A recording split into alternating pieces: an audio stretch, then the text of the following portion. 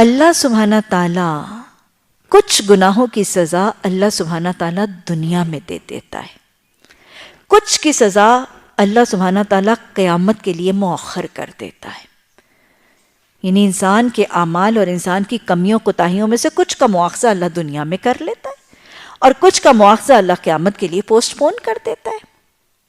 لیکن ایک عمل ایسا ہے، ایک گناہ ایسا ہے جس کی سزا اللہ دنیا میں ضرور دیتا ہے. وہ کیا ہے؟ والدین کی نافرمانی. کچھ گناہوں کی سزا اللہ دنیا میں دیتا ہے، کچھ کو اللہ قیامت کے لیے مؤخر کر دیتا ہے، لیکن ایک گناہ ایسا ہے جس کی سزا اللہ دنیا میں ضرور دیتا ہے، اور وہ ہے والدین کی نافرمانی. اور یاد رکھیے گا، والدین کی نافرمانی کی سزا اکثر جس شکل میں ملتی ہے وہ مقافات عمل کی شکل میں ملتی ہے. وہ تاریخ اپنے آپ کو دوہرا لیا کرتی ہے. جو کیا تھا ویسا ہی آگے بھرنا پڑتا ہے. وہ کہتے ہیں نا، جیسا کرو گے ویسا بھرو گے. جیسا والدین کے ساتھ کیا جاتا ہے ویسی اس سے بڑھ کے اولادوں کے ذریعے آزمائش پڑ جاتی ہے. یہی مقافات عمل عموماً والدین کی نافرمانی کی سزا ہے. وہ ایک واقعہ بھی مجھے بس اوقات اس حدیث کے لیے یاد آتا ہے. واقعہ مسلمانوں کا تو نہیں ہے، واقعہ تو ہندوؤں کا ہے، لیکن داستان بڑی کریکٹ ہے. وہ ایک ہندو تھا، اس کا ایک بیٹا تھا. باپ جو ہے وہ بیچارہ بوڑھا ہو گیا، بیٹا بھی جوان تھا. باپ بوڑھا بھی تھا، بیمار بھی تھا، نہ وہ مر رہا تھا نہ مال چھوڑ رہا تھا. بیٹے نے ایک دن کیا سوچا، اس نے کہا کہ میں اس کو لے جاتا ہوں اور ابا کا کانٹا نکالتا ہوں. وہ لے گیا اس کو کہیں دریا پر، ندی پر لے گیا، دریا پر لے گیا، اور ذرا دریا کے کنارے جا کر ذرا سا آگے جا کے اس نے باپ کی گردن پکڑی اور اس کو ذرا پانی میں ڈبکی دبونے لگا. باپ نے کہا، بیٹا ذرا رک جا. بیٹے نے کہا، کیوں باپو، کیا بات ہے؟ باپو کہتے ہیں نا وہ لوگ اپنے باپ کو. کیوں باپو، کیا بات ہے؟ اس نے کہا، نہ بیٹا نہ، مجھے یہاں نہ ڈبونا، مجھے وہ وہاں جا کے ڈبونا. اس نے کہا، کیوں باپو، وہاں جا کے کیوں ڈبو؟ اس نے کہا، میں نے اپنے باپ کو بھی وہیں ڈبویا تھا. بات سمجھ میں آئی؟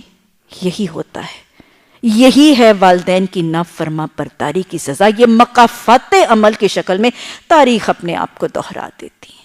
جو کچھ ڈالا جاتا ہے وہی طریقے اور وہی سنتیں عادہ کر کے واپس لوٹا دیے جاتے ہیں. یہ وہ گناہ ہے جس کی سزا دنیا میں ضرور ملتی ہے. اور کیسا گناہ ہے؟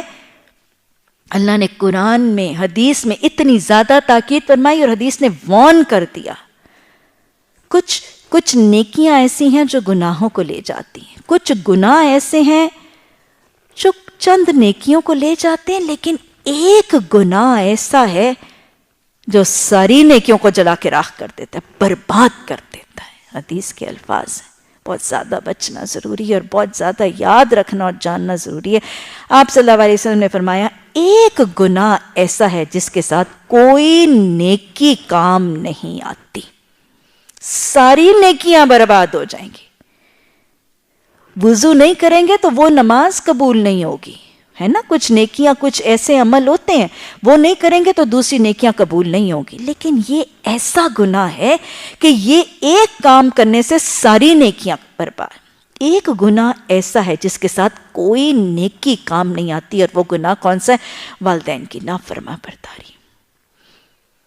اور تصدیق کے طور پہ یہ واقعہ ذہن نشین کر لیجئے کہ واقعی نیکیاں کام نہیں آئیں گی. حضرت علقمہ کا واقعہ موجود ہے. حضرت علقمہ رسول اللہ صلی اللہ علیہ وسلم کے صحابہ اکرام، آپ کے ساتھیوں میں سے ہیں. بدری صحابی ہیں. آپ کو پتہ ہے بدری صحابہ کی کیا فضیلت ہے، کیا درجہ ہے اسلام کی تاریخ میں. ان کی بیوی، حضرت علقمہ کی بیوی جو ہے، یہ ان کا قصہ بیان کرتی ہیں اور کہتی ہیں کہ معاملہ یہ تھا کہ علقمہ کی موت کا وقت تھا. آپ کو پتہ ہے حالت نزا. تو کہتی ہیں کہ ہم سب اہل خانہ ان کے گرد بیٹھے تھے اور ہم سب کوشش کر رہے تھے کہ ان کی زبان پر کلمہ جاری ہو جائے، کیونکہ حدیث کا وعدہ بھی ہے اور حدیث کی تاکید بھی. حدیث کی تاکید ہے کہ اپنے مرنے والوں کے ارد گرد کلمہ پڑھا کرو تاکہ ان کی زبانوں پہ بھی جاری ہو جائے، کیونکہ جو شخص اس حالت میں اس پہ موت آئی کہ اس کی زبان پر کلمہ ہوا، وہ بخش دیا جائے گا. تو لہٰذا اہل خانہ بیٹھے ہیں، ارد گرد کلمہ پڑھ رہے ہیں، لیکن وہ لوگ ریئلائز کر رہے ہیں کہ ہم کلمہ پڑھتے جا رہے ہیں. حضرت علقمہ کہا کہ ان کی زبان پر ارے مجاہد ہیں، بدری صحابی ہیں، لیکن ان کی زبان پر کلمہ جاری نہیں. اپسیٹ ہو گئے گھر والے. بیوی جو ہیں، وہ زوجہ جو ہیں، وہ رسول اللہ صلی اللہ علیہ وسلم کے پاس آئی. جب مسئلہ ہوتا تھا تو وہ کس کی طرف آتے تھے؟ آپ کی طرف. بتایا گیا یا رسول اللہ صلی اللہ علیہ وسلم یہ حالت ہے، اور حضرت علقمہ نہیں پڑھ پا رہے ہیں اور پڑھ نہیں سک رہے ہیں کلمہ. آپ صلی اللہ علیہ وسلم نے پہلا سوال کیا، کیا کوئی علقمہ سے ناراض تو نہیں ہے؟ سب سے پہلے سوچنے کی بات، کوئی خفا ہو، کوئی رحم کا رشتہ کٹا ہو، کوئی تعلق کٹا ہو تو یہ امکان ممکن ہے. آپ نے تو جنرل سی بات پوچھی، کیا کوئی علقمہ سے ناراض تو نہیں؟ قطع رحمی کی اہمیت بھی پھر دوہرا لیجیے. کوئی قطع رحمی کرنے والا جنت میں داخل نہیں ہوگا. کوئی علقمہ سے ناراض تو نہیں ہے؟ بیوی نے کہا ام علقمہ ناراض ہے، یعنی حضرت علقمہ کی والدہ ناراض، ام علقمہ ناراض ہے. اور پھر بیوی نے ناراضگی کی کیفیت بھی سمجھا دی. حال یہ ہے کہ ام علقمہ شہر میں کہیں رہتی ہیں اور بیٹا کہیں اور رہتا ہے. خفقی ہے، دونوں الگ الگ ہے، ناچاکی ہے، ملتے جلتے بھی نہیں ہیں. آپ صلی اللہ علیہ وسلم نے ام علقمہ کو بلا لیا. ام علقمہ آئیں. آپ نے پوچھا ام علقمہ تیرا اور علقمہ کا کیا معاملہ ہے؟ کہ مطلب کیا پرابلم ہے، کیا ایشو ہے؟ ام علقمہ نے رسول اللہ صلی اللہ علیہ وسلم سے مخاطب ہو کر کہا، یا رسول اللہ صلی اللہ علیہ وسلم، مجھے علقمہ کے دین سے کوئی شکایت نہیں. مجھے علقمہ کے دین سے کوئی شکایت نہیں، وہ دیندار ہے. علقمہ دیندار ہے، روزے دار ہے، شب بیدار ہے. اللہ پہلے تو ہم سب کے اندر یہ صفات ہی پیدا کر دے. علقمہ دیندار ہے، روزے دار ہے، شب بیدار، تہجد گزار ہے. لیکن میں کیا کروں، میرا نافرما بردار ہے. بات کرتا ہے تو میرا کلیجہ جلا دیتا ہے، بولتا ہے تو میرا دل کاٹ دیتا ہے. میں اسے معاف نہیں کر سکتی. بد زبانی ہے نا، ماں کے ساتھ بدتمیزی، بد زبانی، ماں کو ستانا ہے، ماں کا دل جنانا ہے، ماں کا کلیجہ کاٹ رہا ہے. یہ میں نہیں معاف کر سکتی. آپ صلی اللہ علیہ وسلم، حضرت بلال موجود تھے. آپ نے کہا پھر بلال، پھر وہ ذرا لکڑیاں جمع کرو، ذرا آگ سلگھاؤ. ماں کو شاید یہ خیال ہوا کہ حضرت علقمہ کو جلایا جائے گا.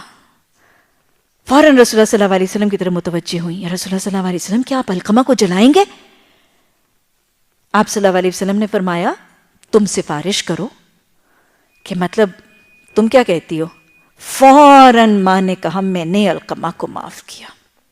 جلانے کا معاملہ نہیں کرنا تھا، آپ نے تو ویسے ایک عمومی سی بات کی تھی.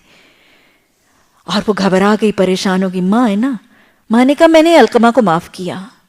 بیوی کہتی ہیں ادھر ماں نے یہ کہا تھا میں نے علقمہ کو معاف کیا، ادھر گھر میں بستر مرگ پر پڑے ہوئے اس صحابی رسول صلی اللہ علیہ وسلم کی زبان پر کلمہ طیبہ جاری ہو گیا. ایک گناہ ایسا ہے جس کے ساتھ کوئی نیکی کام نہیں آئے گی. جب ایسے صحابی کی زبان پر کلمہ نہیں آ رہا تھا تو مجھے بتائیں کیا نیکیاں کام آئیں گی؟